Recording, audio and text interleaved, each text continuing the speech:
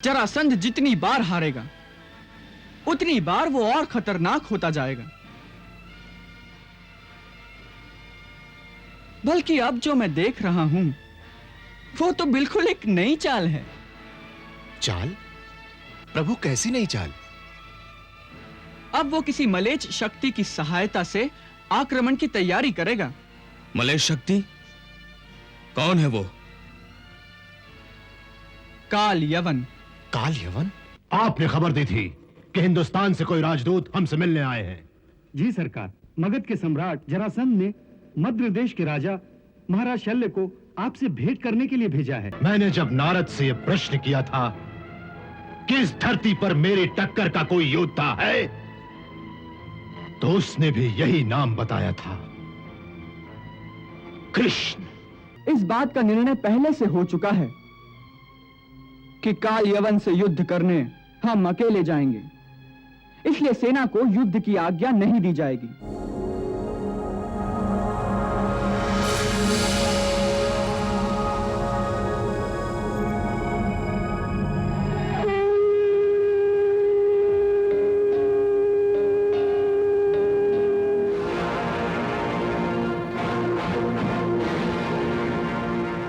जरासंध जरासंध जरासंध जरासंध जरासंध जरासंध जरासंध जरासंध।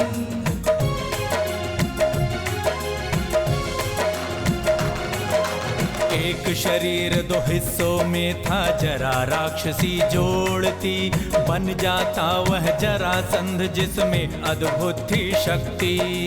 एक शरीर दो हिस्सों में था, जरा राक्षसी जोड़ती, बन जाता वह जरासंध जिसमें अद्भुत थी शक्ति। दो टुकड़ों में जुड़ा हुआ वह जरासंध कहलाया, मार सके ना उसे कोई, वह कृष्ण से भी टकराया। जरासंध जरासंध जरासंध जरासंध जरासंध जरासंध जरासंध जरासंध।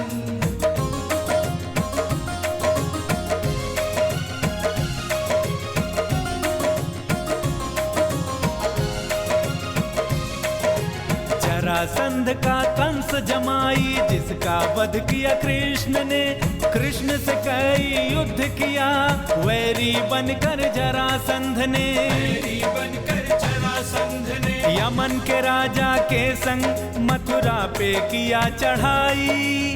बार बार वह हारा फिर भी अपनी शक्ति दिखाई, फिर भी अपनी शक्ति दिखाई। छोड़ न पाए वह अपना अभिमान वीर बलवंत, अभिमान वीर बलवंत। जरासंध जरासंध जरासंध जरासंध।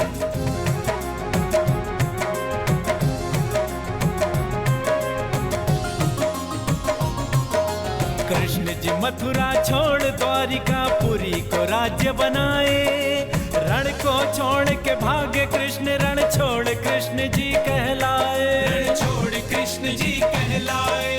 युद्ध महाभारत में जरासंध भीम से लड़ता है, लेकिन कृष्ण की चतुराई वह भीम से हारता है, भीम से हारता है। भीम ने दो हिस्से कर फेंका, कर दिया उसका अंत, कर दिया उसका अंत। जरासंध जरासंध जरासंध जरासंध जरासंध जरासंध जरासंध जरासंध जरासंध जरासंध जरासंध जरासंध जरासंध जरासंध जरासंध जरासंध। तुम्हारे कहने से हमने मथुरा पर एक बार नहीं 17 बार पूरी शक्ति के साथ आक्रमण किया है।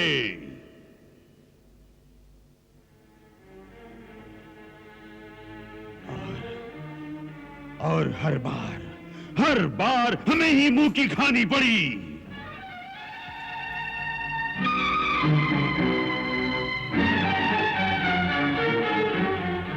सबसे बड़ा दुख तो इस बात का है हम जीत तो न सके, परंतु युद्ध भूमि में वीरों की भांति मर भी न सके।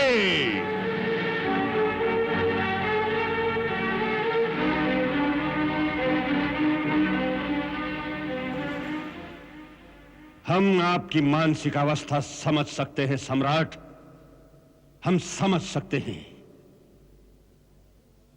परंतु जरासंध वो परमवीर और साहसी योद्धा है जो 17 बार तो क्या 100 बार हार कर भी 101वीं बार फिर जीत सकता है, फिर जीत सकता है, फिर जीत सकता है। जरासंध जितनी बार हारेगा उतनी बार वो और खतरनाक होता जाएगा। बल्कि अब जो मैं देख रहा हूं वो तो बिल्कुल एक नई चाल है। चाल? प्रभु कैसी नई चाल? अब वो किसी मलेच्छ शक्ति की सहायता से आक्रमण की तैयारी करेगा। मलेच्छ शक्ति? कौन है वो? काल यवन। काल यवन? काल यवन कौन? यवन देश का राजा काल यवन।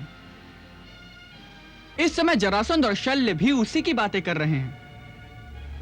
शल्य उसे समझा रहा है, क्योंकि जिस काल यवन की बात मैं कर रहा हूं वो अजय है। कोई भी अस्त्र या शस्त्र द्वारा उसकी हत्या हो नहीं सकती। यहां तक कि कृष्ण का वो दिव्य सुदर्शन चक्र भी उसके सामने व्यर्थ है। उस दिव्य सुदर्शन चक्र से भी उसकी हत्या हो नहीं सकती महाराज।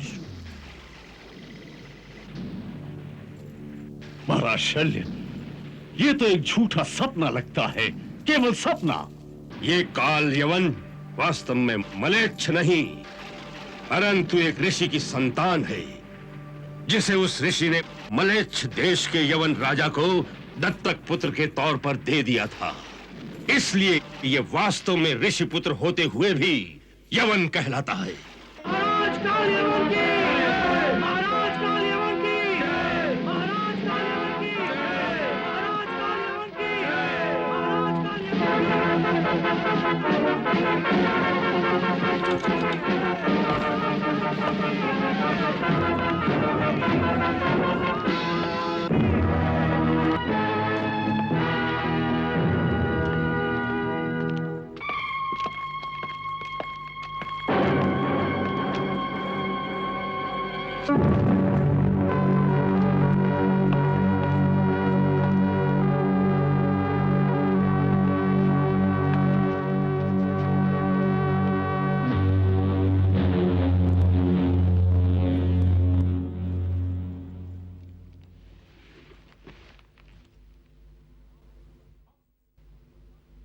आपने खबर दी थी कि हिंदुस्तान से कोई राजदूत हमसे मिलने आए हैं। जी सरकार, मगध के सम्राट जरासंध ने मद्र देश के राजा महाराज शल्य को आपसे भेंट करने के लिए भेजा है। वो सम्राट जरासंध की ओर से एक राजपत्र भी लाए हैं। हाँ, सुनकर खुशी हुई। भारत देश से पहली बार वहां का कोई राजा हमारे यवन देश में पधारा है। शाही मेहमान के स्वागत के लिए एक ऐसी महफिल का प्रबंध किया जाए जिसकी मस्ती में वो इस तरह खो जाएं, जिस तरह कोई भौरा गुलाब की बगिया में खो जाता है।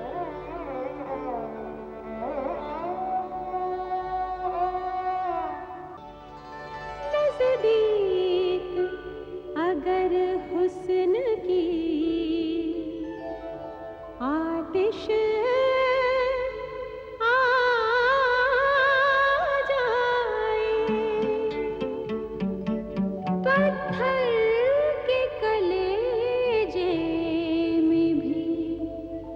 जुम्बिश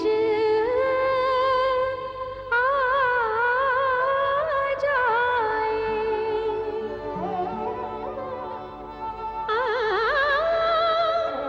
जी भर के जो दीदार हमारा कर ले, ईमान के पाँव में भी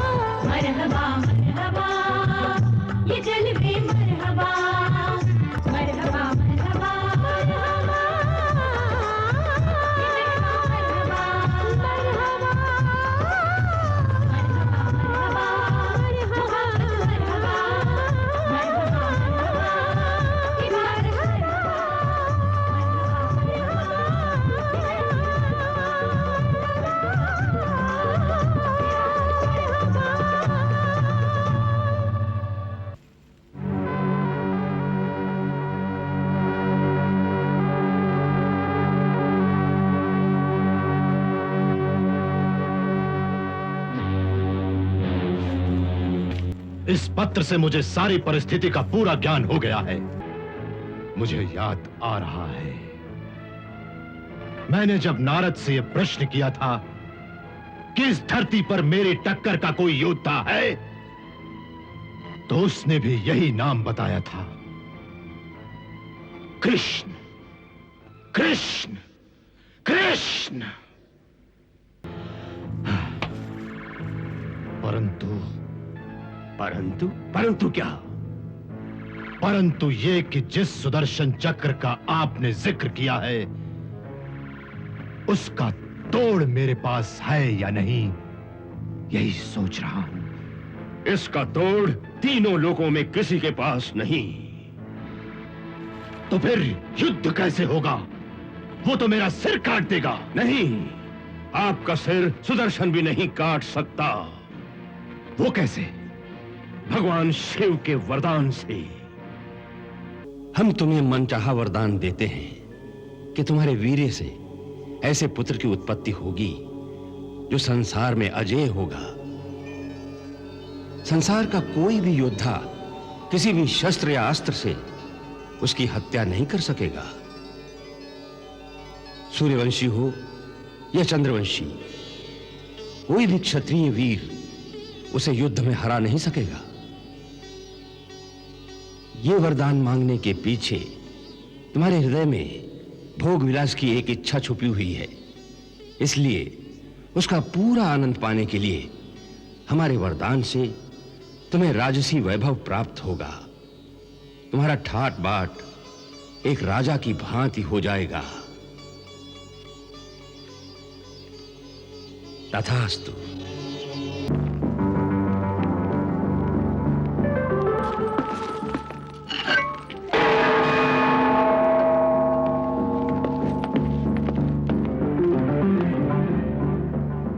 सेनापति, 2 दिन के अंदर अंदर हमारी सेना हिंदुस्तान के लिए कूच करेगी।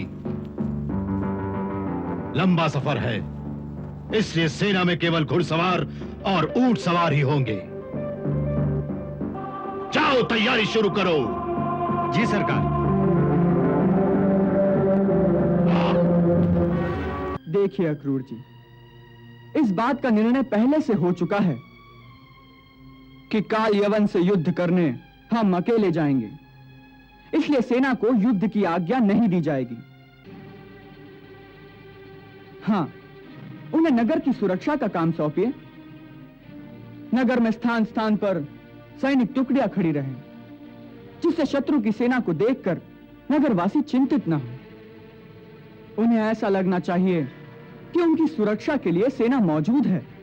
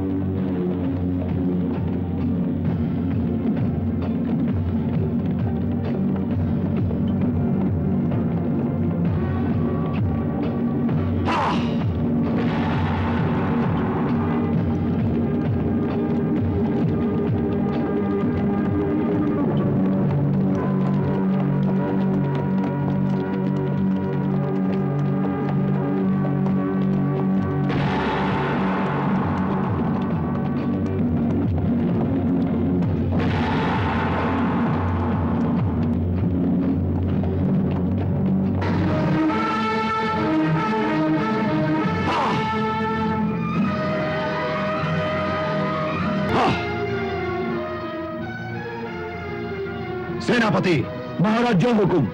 मथुरा नरेश के नाम संदेशा भेजो कि मलेच्छ नरेश काल यवन आपसे युद्ध करने की इच्छा से मथुरा के द्वार पे खड़ा है।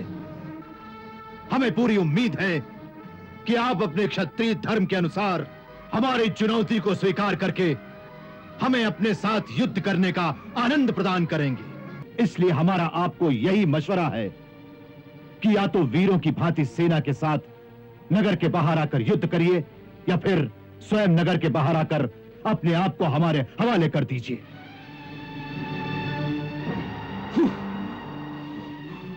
हम बाकी लोगों को माफ कर देंगे। अब फैसला आपके हाथ है।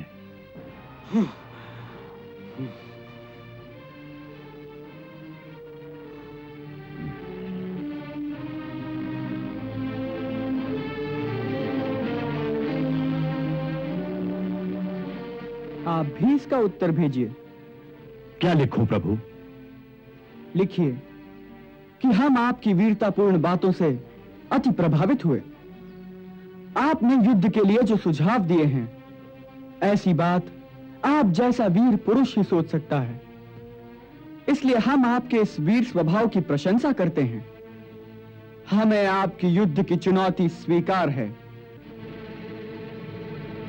परंतु उसमें हमारा भी एक सुझाव है कि जब केवल मुकाबला काल यवन और कृष्ण के बीच है, तो फिर इसमें हमारी और आपकी सेनाओं का क्या काम है?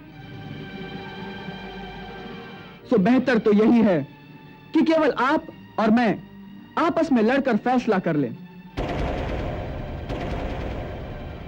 काल यवन और कृष्ण केवल दो प्रतिद्वंदी अकेले ही युद्ध करेंगे। हम आपको विश्वास दिलाते हैं कि यदि आप मेरे साथ युद्ध में हार गए अथवा मारे गए, तो भी हम आपकी सेना को कुछ नहीं कहेंगे। हम आपके सैनिकों को क्षमा करके उन्हें वापस अपने देश लौट जाने की अनुमति प्रदान करेंगे।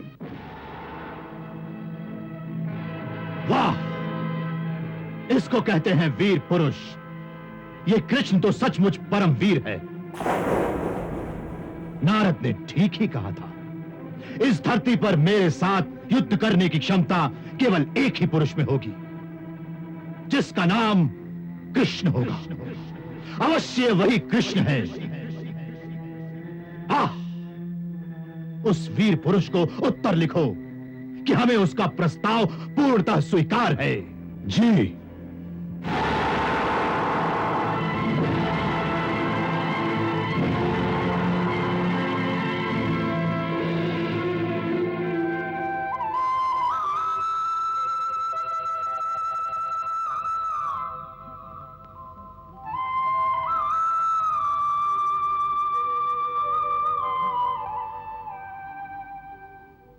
जपा कुसुम संकाशम काश्यपेयम महाद्युतिम तमोरिम सर्वपापघ्नम प्रणतोस्मि दिवाकरम।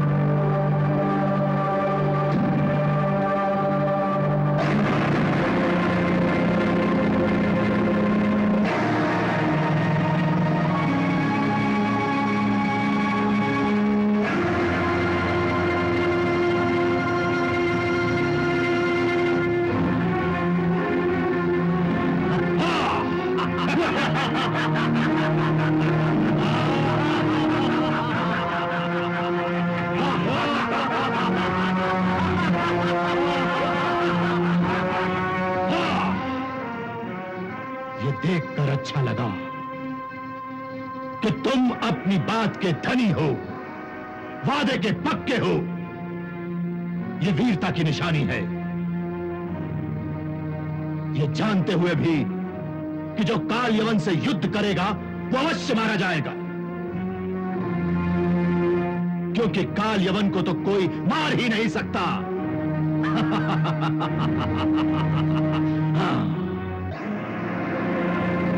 ये सब कुछ जानते हुए भी अपना वचन निभाने के लिए ये तो तुम मुझसे युद्ध करने इस तरह अकेले आ गए हो, इसके लिए तुम्हें युद्ध में मारने से पहले मैं तुम्हारी इस वीरता के लिए तुम्हें प्रणाम करता हूं। हम तुम्हारे प्रणाम को स्वीकार करते हैं, तुम्हारे वीरोचित भावों की प्रशंसा भी करते हैं, और तुम्हारे अज्ञान पर हमें हंसी भी आती है। हाँ, तुम मुझे अज्ञानी समझते हो?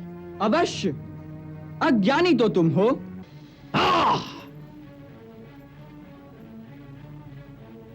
नादान युवक, मैंने माना कि तुम बड़े वीर हो, परंतु उससे भी बड़े मूर्ख हो। मूर्ख! हमने तो सत्य कहा। अब यदि आपने उसे मूर्खता समझ लिया तो इसमें हमारा क्या दोष है? हमारे कहने का केवल यह अर्थ है कि आपको केवल यह वरदान मिला हुआ है कि आपको युद्ध में किसी भी अस्त्र या शस्त्र से मारा नहीं जा सकता। परंतु आपने तो उस वरदान का यह अर्थ समझ लिया कि आप कभी मरोगे ही नहीं। ऐसा वरदान तो कोई देवता भी नहीं दे सकता, क्योंकि जो पैदा होगा वो मरेगा अवश्य। यही प्रकृति का नियम है। इस वक्त तुम हमें मारने की बात सोच रहे हो, परंतु यह भी तो हो सकता है कि इस समय तुम्हारी मौत तुम्हारे पास ही खड़ी हो। देखो कृष्ण, तुम युद्ध करने आए हो या शास्त्रार्थ, और यदि तुम समझते हो कि इस तरह की उल्टी सीधी बातें बनाकर तुम अपनी मृत्यु के आने को थोड़ी देर के लिए टाल रहे हो, तो यह तुम्हारी भूल है। इसलिए यह बताओ कि तुम लड़ने के लिए कौन सा हथियार साथ लाए हो। हम भी केवल उसी अस्त्र के साथ युद्ध करेंगे। तुम्हारे पास न रथ है न कोई सवारी, इसलिए हम भी सवारी छोड़कर धरती पे पैदल तुम्हारे साथ लड़ेंगे। ये लो, सब हथियार भी यही रख दिए।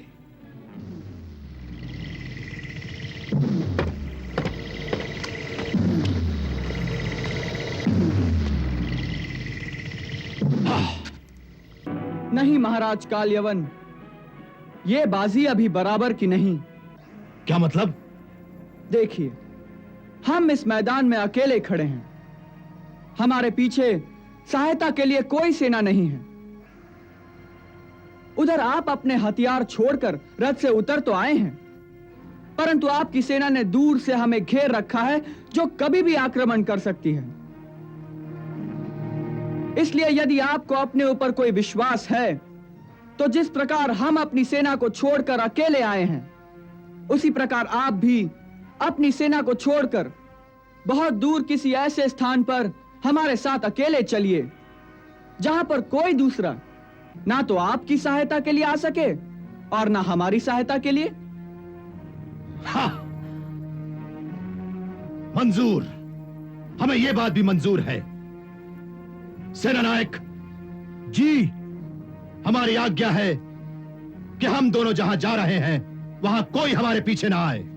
जी, तुम अपनी सेना के साथ यहीं खड़े हमारा इंतजार करो। जी, और नगर को अपने घेरे में रखो ताकि शहर से भी कोई बाहर न निकल सके। जी, हमारी ये आज्ञा जाकर सारी सेना को सुना दो। जाओ, जो हुकुम।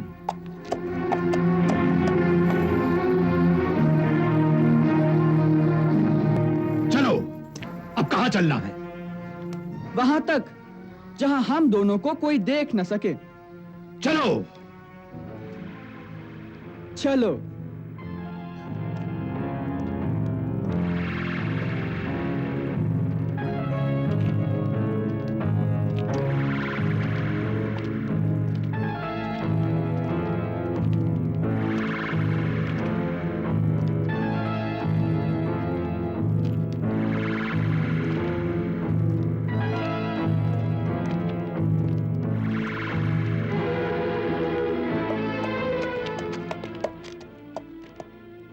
महाराज की आज्ञा है कि जब तक वो कृष्ण के साथ युद्ध करके नहीं लौट आते, तुम सब यहीं खड़े रहोगे और नगर को चारों तरफ से घेर लिया जाए ताकि नगर से कोई भी बाहर न जाने पाए।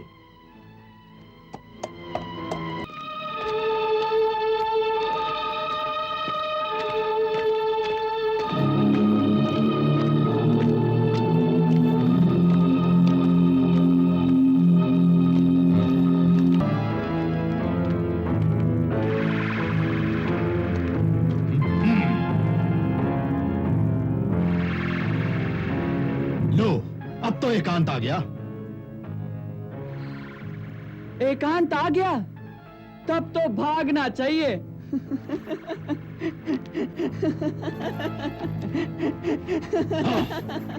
कायर, भगोड़े, धोखेबाज, तू समझता है कि मुझसे बचकर भाग जाएगा, पर तू नहीं जानता काल यवन के हाथों तू नहीं बच के जा सकता। मैं तुझे अभी पकड़ता हूं।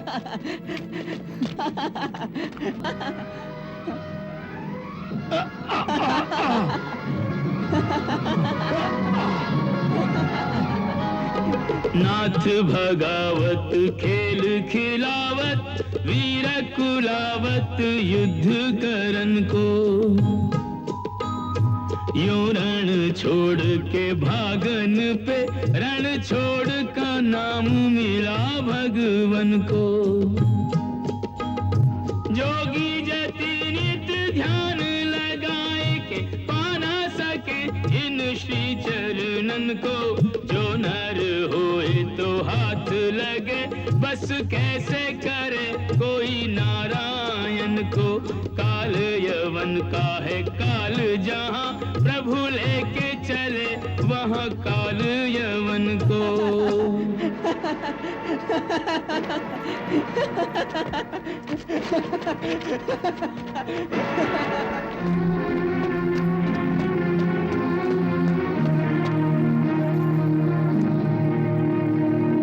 तुम समझते हो तुम मुझसे बच जाओगे? हाँ?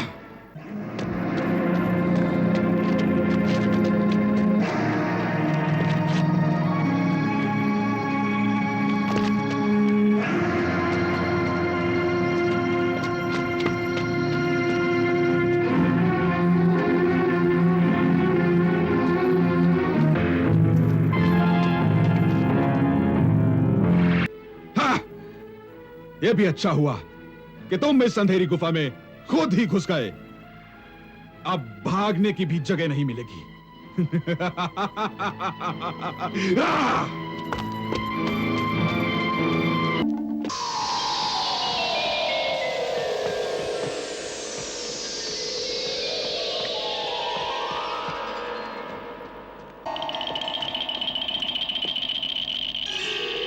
अरे काल यवन ने तो बड़े बड़े शेरों को भी ऐसी गुफाओं के अंदर जाकर मारा है।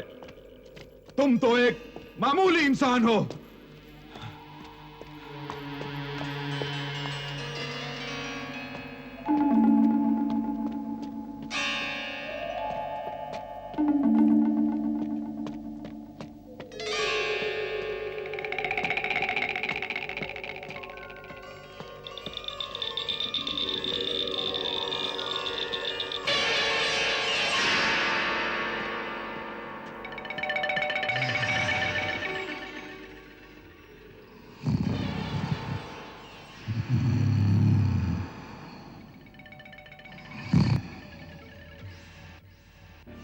मैं अब सोना चाहता हूं, जी भर कर सोना चाहता हूं। इसलिए मुझे ऐसा वर दीजिए कि जब मैं सोऊं तो मेरी निंद्रा में कोई बाधा न डाले। तथास्तु, ऐसा ही होगा। मेरा वरदान है कि जो भी प्राणी आपको नींद में सोते से जगाएगा, उस पर आपकी दृष्टि पड़ते ही वो उसी क्षण भस्म हो जाएगा।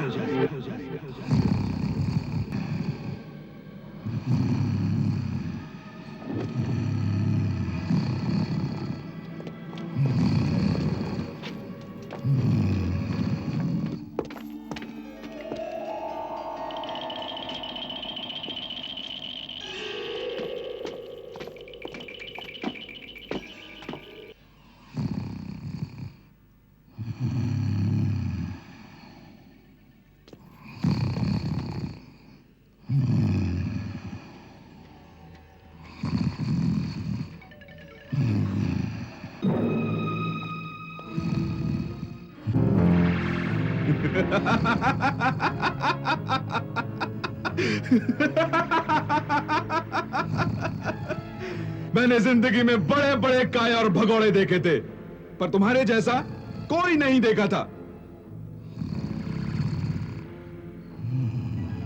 वाह, क्या औरतों की तरह मुंह पे चादर तान कर सो गए हो। ऐसे खर्राटे भर रहे हो जैसे सचमुच बड़ी मुद्दत से सोए हुए हो। तीन दुनिया की कुछ खबर ही नहीं।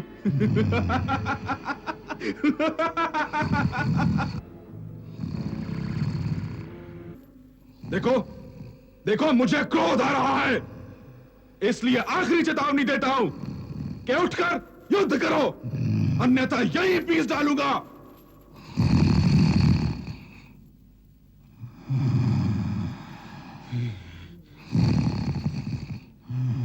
हाँ, आज तक मैंने कभी सोते हुए शत्रु पर वार नहीं किया है, इससे मेरी वीरता को लाज लगती है। परंतु आज तुम मुझे ऐसा वीरता विरुद्ध कार्य करने पर मजबूर कर रहे हो, क्योंकि मैं जानता हूं कि तू झूठ मूठ का सो रहा है।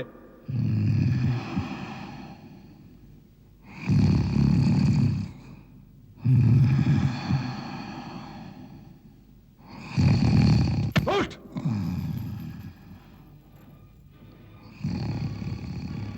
उठ! उठ!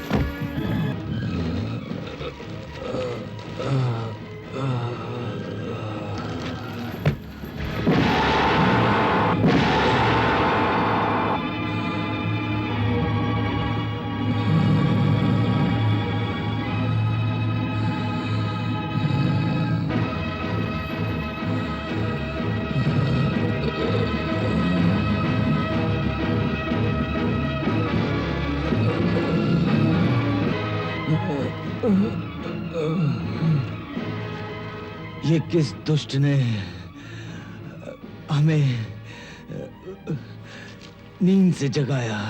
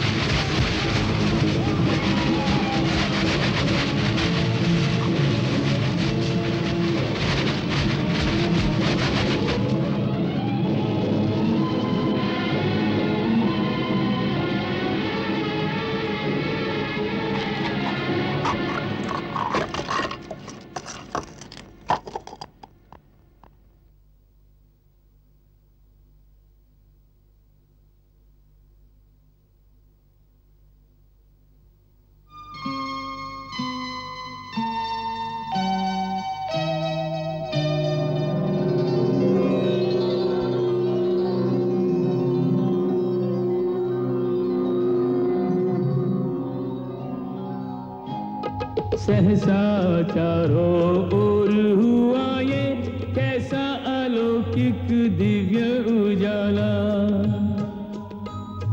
सूर्य नहीं कहीं चांद नहीं, यहाँ आई कहाँ से किरणों की माला। तेज से फिर एक तेज प्रकट हुआ, तेज का तेज बढ़ाने वाला। तेजो तेजोमय इस ज्योति स्वरूप ने राजा को अचरज में डाला।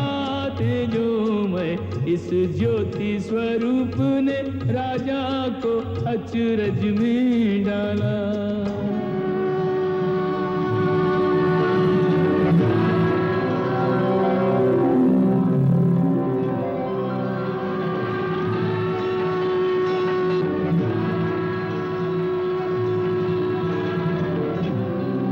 हे प्रभु, मैं इक्ष्वाकु वंशी महाराज मानधाता का पुत्र मुचुकुंद सच्चे हृदय से आपके बारे में जानने का इच्छुक हूं। इसलिए हे पुरुषोत्तम, यदि आपको रुचि है तो आप अपने जन्म, कर्म और गोत्र के बारे में बतलाने की कृपा करें।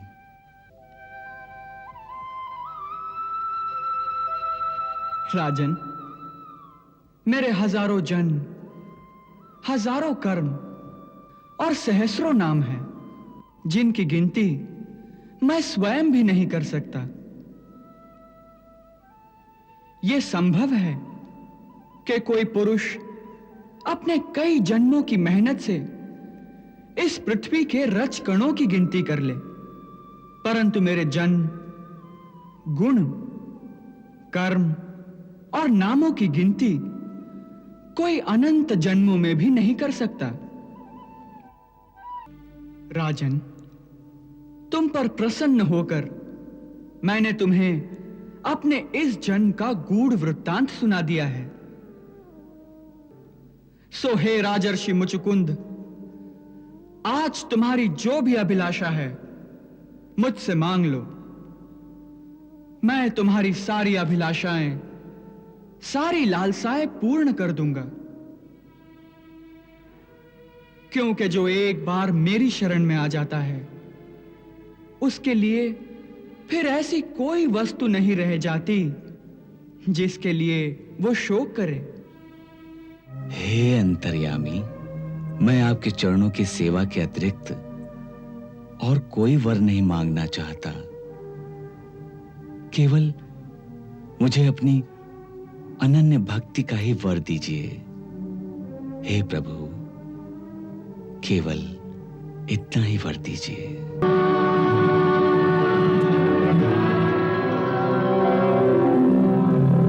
महाराज मुचुकुंद,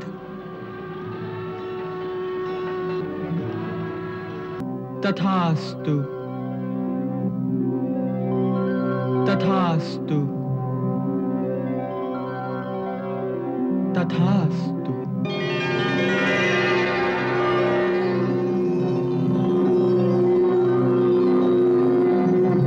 काल यवन की मृत्यु होने के पश्चात भी जरासंध ने मथुरा पर आक्रमण करना नहीं छोड़ा था।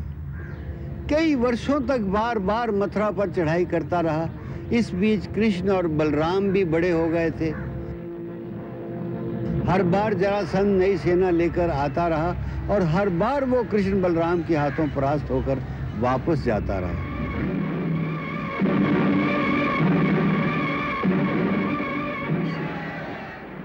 जरासंध के बार बार आक्रमण करने से मथुरा और आसपास की जनता बहुत दुखी हो गई थी। ये देखकर श्री कृष्ण ने तय किया कि अब मथुरा से चला जाना ही अच्छा होगा।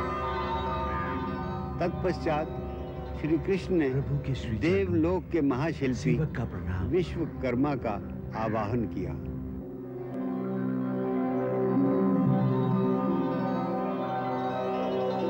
हे विश्वकर्मा, अब हम मथुरा छोड़कर कहीं और जाना चाहते हैं।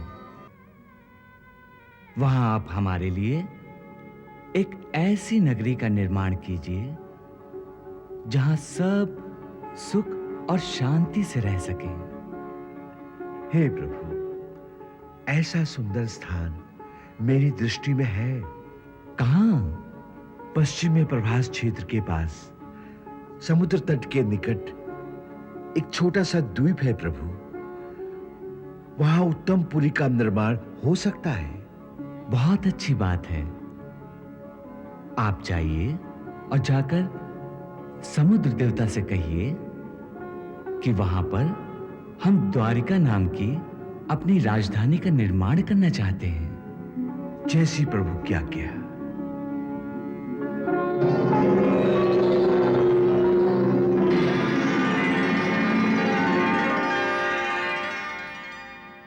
हे देवता, हे रत्नाकर, विश्वकर्मा का प्रणाम स्वीकार करें। देवशिल्पी, आपका स्वागत है। हे देवता, मैं भगवान श्री कृष्ण की आज्ञा से आपसे प्रार्थना करने आया हूं कि प्रभु ने मुझे इस कुशस्थली पर उनके लिए नया नगर निर्माण करने की आज्ञा दी है। इसलिए मैं आपसे ये प्रार्थना करने आया हूं कि अपने जल को पीछे हटाकर मुझे कुछ भूमि प्रदान करें।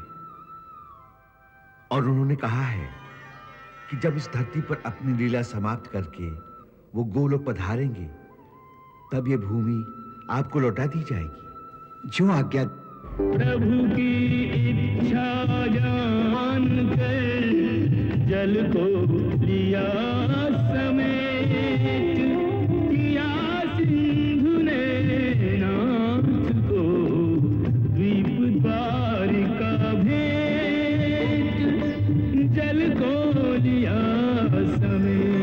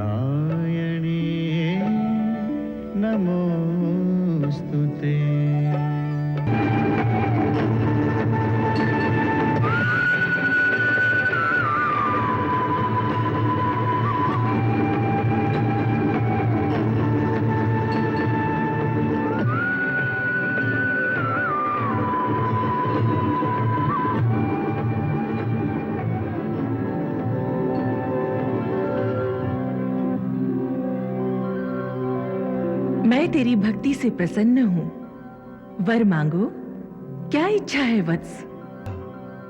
मैं भगवान श्री कृष्ण की इच्छा से उनके लिए एक नगर का निर्माण करने जा रहा हूं और ये कार्य आपकी कृपा के बिना कैसे हो सकता है।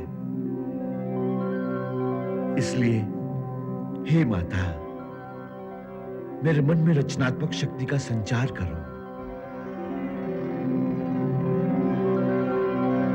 और मुझे अपना बालक जानकर अपनी कल्पना रूपी शक्ति के द्वारा मेरे मन में द्वारिका का एक ऐसा चित्र अंकित कर दो जिसे देखकर प्रभु प्रसन्न हो जाए और माता, मेरा कार्य सफल हो जाए।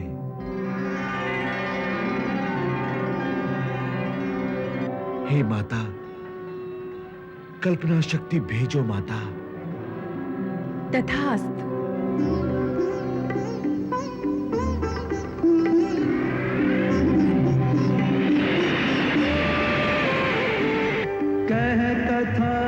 महाशक्ति ने धरा कल्पना रूप, शिल्पी के मस्तिष्क में हुआ प्रकाश अनूप, हुआ प्रकाश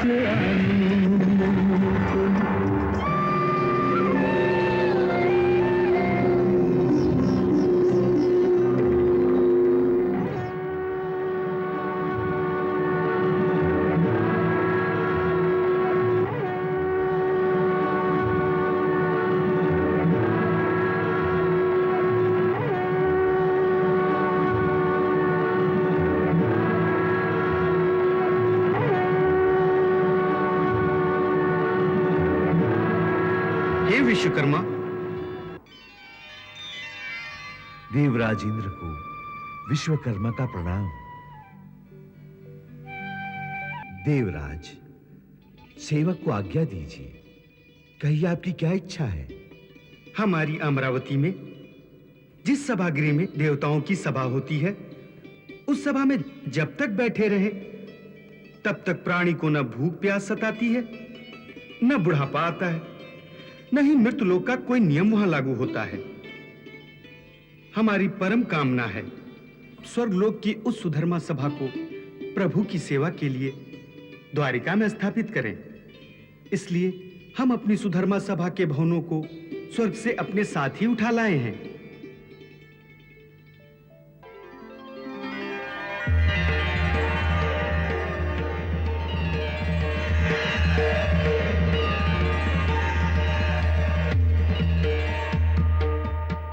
देवराज, जैसी आपकी आज्ञा, मैं इसको द्वारिका के मध्य में स्थापित कर दूंगा।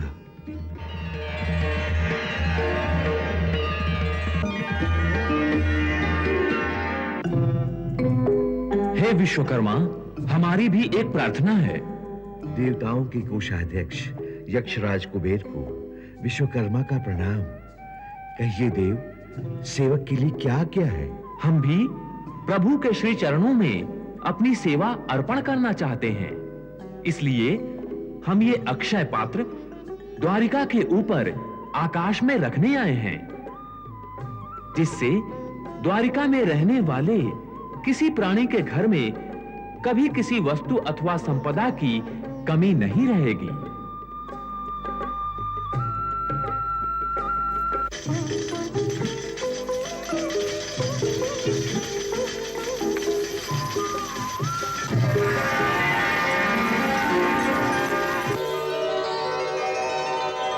प्रभु, आपके आशीर्वाद से और देवी भगवती की शक्ति के द्वारा द्वारका नगरी का निर्माण कार्य सफल हो गया। समस्त देवताओं ने अपने अपने सामर्थ्य के अनुसार कुछ न कुछ दिव्य पदार्थ आपके श्री चरणों में भेंट किए हैं। हे विश्वकर्मा, हम आपकी सेवा से अति प्रसन्न हुए हैं। जब तक इस धरा पर द्वारिका नगरी का नाम रहेगा, तब तक इस धरती के समस्त शिल्पी आपको अपना भगवान मानकर आपकी पूजा करेंगे।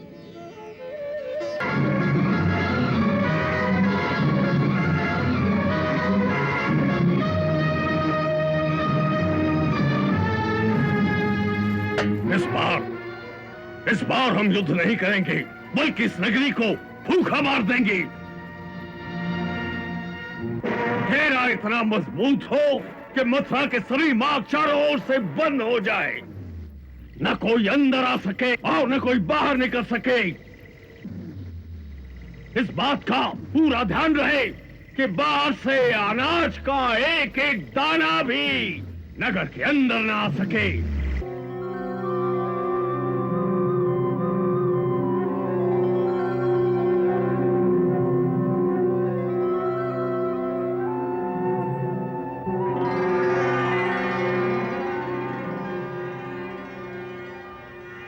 श्री चरणों में दासी का प्रणाम स्वीकार करें प्रभु।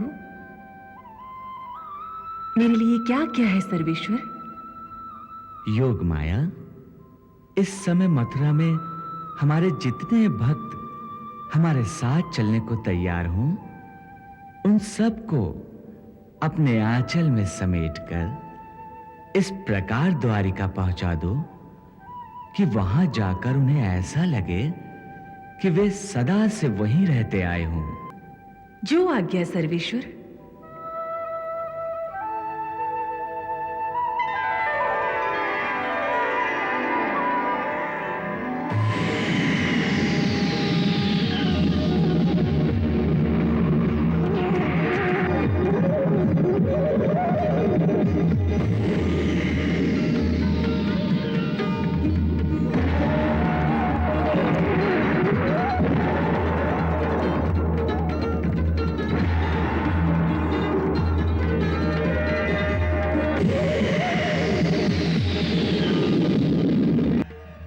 सब गए, परंतु श्री कृष्ण और बलराम उनके साथ नहीं गए, क्योंकि उन्हें जरासंध के साथ कुछ लीला करनी थी।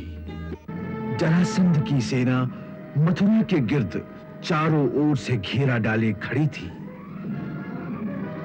उनके इस घेरे से मथुरा को छुड़ाना आवश्यक था। इसीलिए श्री कृष्ण और बलराम ने अकेले ही बाहर निकलकर आकाश मार्ग से भागना शुरू कर दिया।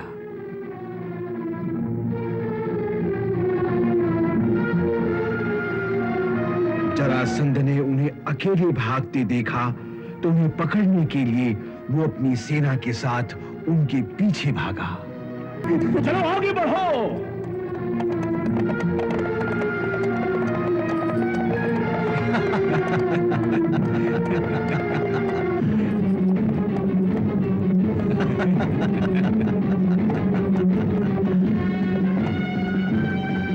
जाने ना पाओ।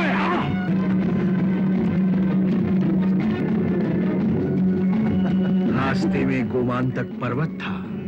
श्री कृष्ण और बलराम भागते भागते उस पर्वत में छिप गए।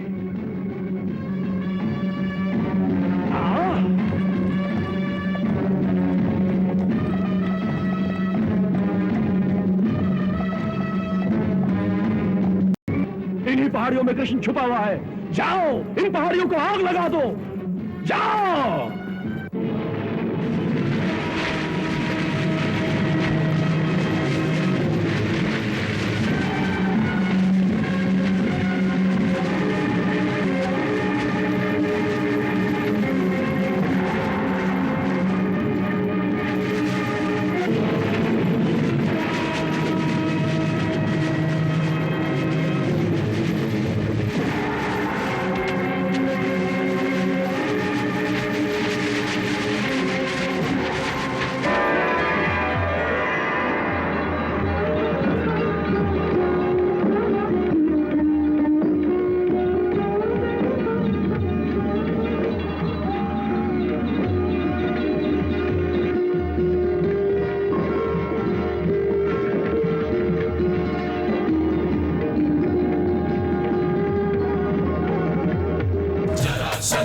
जरासंध